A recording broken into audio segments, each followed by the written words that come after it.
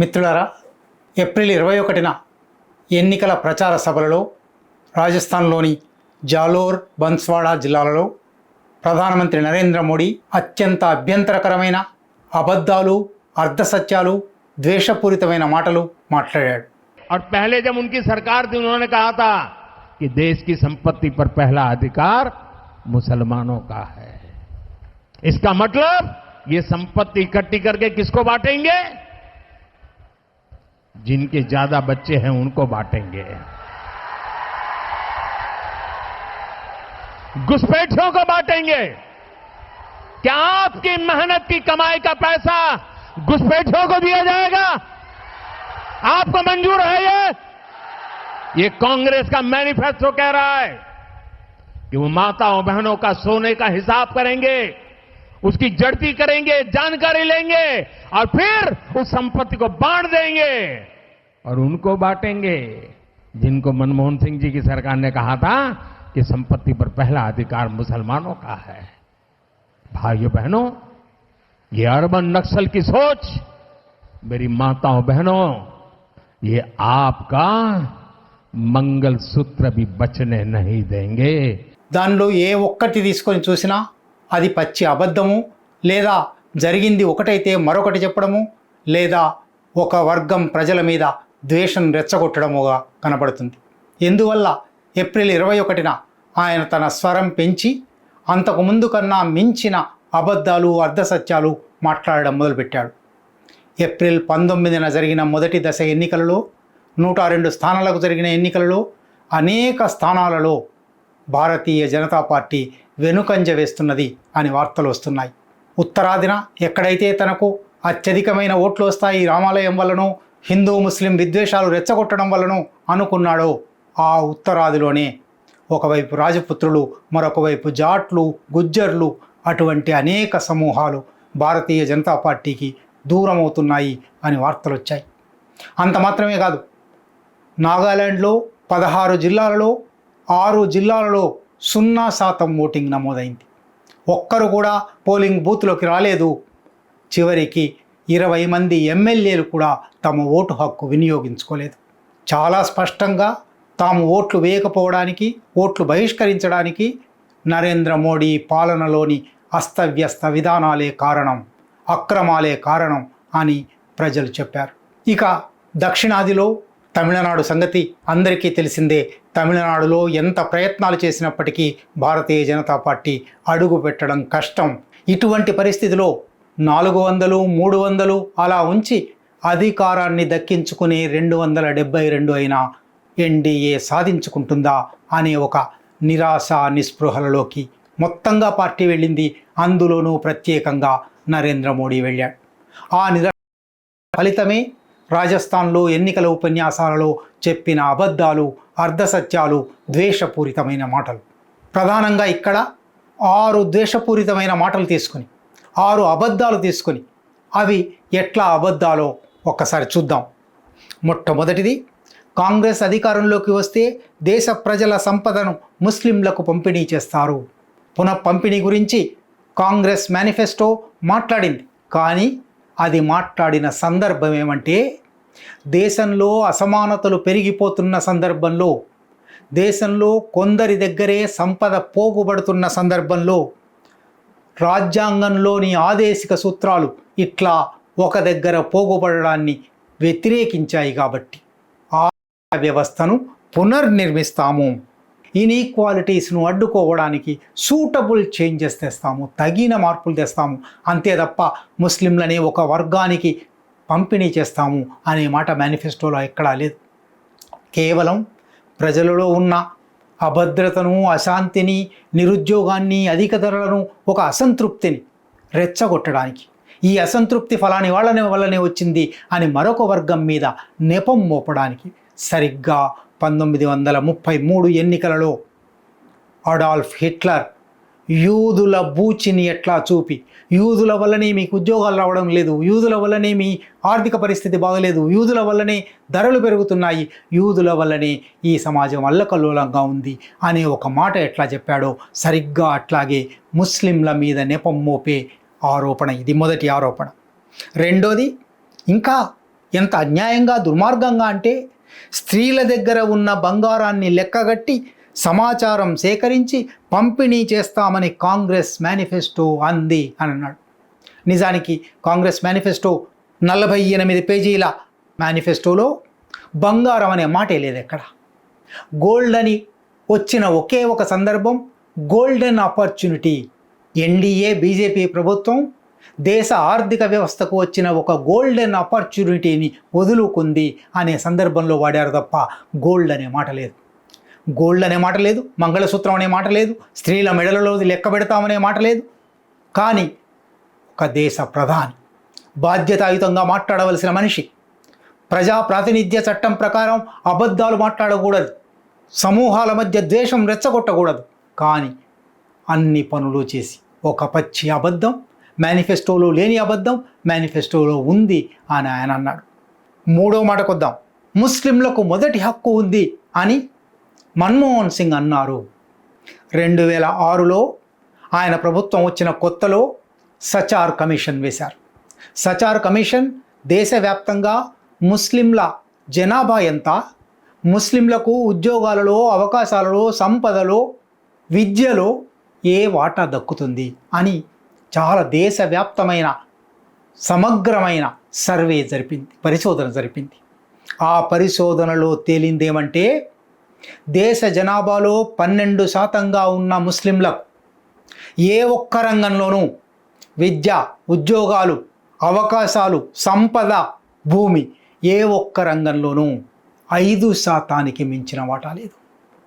కొన్ని రంగాలలో 3% వాటా, కొన్ని రంగాలలో 2%, 1%, 0% వాటా, అత్యధిక వాటా 5% అని సచార్ కమిషన్ చెప్పింది. ఒక్క ముస్లింల విషయంలో మాత్రమే కాదు, మార్జినల్ సెక్షన్స్ అన్నీ, దళితులు, షెడ్యూల్డ్ క్యాస్ట్, ఆదివాసులు, షెడ్యూల్డ్ ట్రైబ్స్, వెనుకబడిన కులాలు, backward caste, other backward caste, మహిళలు, ఇటువంటి అన్ని రంగాలకు మార్జినల్ సెక్షన్స్ అంటారు. అంచులలో ఉన్న వర్గాలు. ఈ అంచులలో ఉన్న వర్గాలకు వాళ్లకు దక్కవలసిన వాటా దక్కలేదు దేశ సంపదలో అని అనేక పరిశోధనలు రుజువు చేశాయి. సచార్ కమిటీ 2005లో తన నివేదిక ఇచ్చిన తర్వాత 2006లో అప్పటి ప్రధానమంత్రి డాక్టర్ మన్మోహన్ సింగ్ 2 చోట్ల ఫస్ట్ క్లెయిమ్ అని అన్నారు. ఈ ఫస్ట్ క్లెయిమ్, మొదటి వాటా, మొదటి అవకాశం వాళ్ళకే దక్కాలి అనేది ఏ సందర్భంలో అన్నారు? ఈ 2 చోట్ల కూడా నేషనల్ కమిషన్ ఆన్ మైనారిటీస్లో మాట్లాడుతూ ఒకసారి అన్నారు, నేషనల్ డెవలప్మెంట్ కౌన్సిల్ ఎన్డీసీలో మాట్లాడుతూ మరొకసారి అన్నారు. ఈ 2 చోట్ల కూడా ఇన్ని సంవత్సరాల, 60 సంవత్సరాల స్వతంత్ర భారతం తర్వాత ఇంకా అనేక వర్గాలకు సంపదలో వాటా, విద్యలో వాటా, ఉద్యోగాలలో వాటా దక్కకుండా ఉంది. కనుక కొత్త ఉద్యోగాలు వచ్చినప్పుడు, కొత్తగా విద్యావకాశాలు వచ్చినప్పుడు, కొత్తగా సంపద అవకాశాలు వచ్చినప్పుడు మొదటి హక్కు వాళ్ళకే దక్కాలి. మొదలు ఎవరికైతే తమ వాటా దక్కలేదో వాళ్లకు మొదల హక్కు ఇవ్వాలి అని అన్నారు. కేవలం ముస్లింలకు అనలేదు. నేషనల్ కమిషన్ ఆన్ మైనారిటీస్లో మాట్లాడుతున్నప్పుడు అందరూ ముస్లింసే కాబట్టి సచార్ కమిటీ నివేదికను ప్రస్తావిస్తున్నారు కాబట్టి అది ముస్లింలకు అని అనిపించి ఉండవచ్చు. కానీ నేషనల్ డెవలప్మెంట్ కౌన్సిల్లో మాట్లాడుతున్నప్పుడు ఆయన ప్రత్యేకించి SC, ST, minorities, BCs, women అని అన్నిటినీ చెప్పారు. నిజంగా ఇది ఒక ప్రజాస్వామికమైన సమసమాజం ఆదర్శం రాజ్యాంగంలో ప్రవేశికలో రాసుకున్న దేశం. అన్ని వర్గాలకు వాళ్ళ, అన్ని సమూహాలకు వాళ్ళ జనాభా దామాషాను బట్టి హక్కులు అందాలి. విద్యలో, ఉద్యోగాలలో, సంపదలో, భూమిలో, వనరులలో అన్ని చోట్ల వాళ్ళకు ఆ వాటా దక్కాలి. ఈ మాట ఇవాళ మళ్ళీ మేనిఫెస్టో చెప్తుంది. ఈ మాటను తలకిందులు చేసి వక్రీకరించి కేవలం ముస్లింలకు మాత్రమే మొదటి హక్కు ఉందని మన్మోహన్ సింగ్ ఎప్పుడో అన్నారు, ఇప్పుడు మేనిఫెస్టో అంటుంది అని పచ్చి అబద్ధం నరేంద్ర మోడీ ప్రచారం చేస్తూ ఉన్నాడు. అది మాత్రమే కాదు, ఇంకా అక్కడి నుంచి ఇంకా ముందుకు వెళ్ళాడు. మీ ఆస్తులను చొరబాటుదారులకు పంచుతారు అన్నాడు. మొట్టమొదలు అది ఒక బహిరంగ సభ, అది ఎన్నికల సభ. ఈ దేశంలో 20 కోట్ల మంది ముస్లిం ప్రజానీకం ఉన్నారు. 12% ముస్లిం ప్రజానీకం ఉన్నారు. ఇతర అనేక తెగలకు, మతాలకు, జాతులకు, కులాలకు చెందిన వాళ్ళు ఉన్నారు. మీ అనే మాట అన్నప్పుడు, ఒక ప్రధానమంత్రి ఆ మాట అంటున్నప్పుడు తప్పనిసరిగా ఈ బహుళత్వ సమాజాన్ని దృష్టిలో పెట్టుకోవాలి.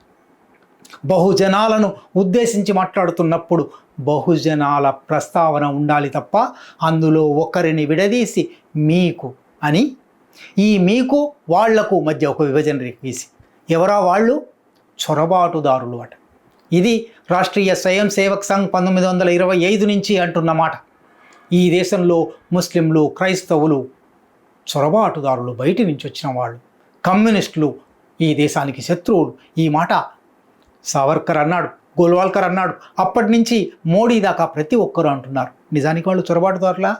తరాలుగా, కొన్ని వందల సంవత్సరాలుగా ఈ దేశంలో పుట్టిన వాళ్ళు, ఈ దేశంలో శ్రమిస్తున్న వాళ్ళు, ఈ దేశానికి సేవ చేస్తున్న వాళ్ళు, ఈ దేశ స్వాతంత్రోద్యమంలో పాల్గొన్న వాళ్ళు, ఇవాల్టికి సంపదను సృష్టిస్తున్న వాళ్ళు, తమ నెత్తుటిని చెమట చేసుకుంటున్న వాళ్ళు, వాళ్లకు దక్కవలసిన హక్కు, వాళ్ళ జనాభా ప్రకారం హక్కు దక్కడం లేదు అని ఒకరంటే, ఆ హక్కు ఇస్తాము అని ఒకరంటే, దానికి జవాబుగా మీ సంపదను చొరబాటుదారులకు కట్టబెడుతున్నారు అని అనడం రాజ్యాంగ వ్యతిరేకమైన, అప్రజాస్వామికమైన, చట్ట వ్యతిరేకమైన, అనాగరికమైన మాట.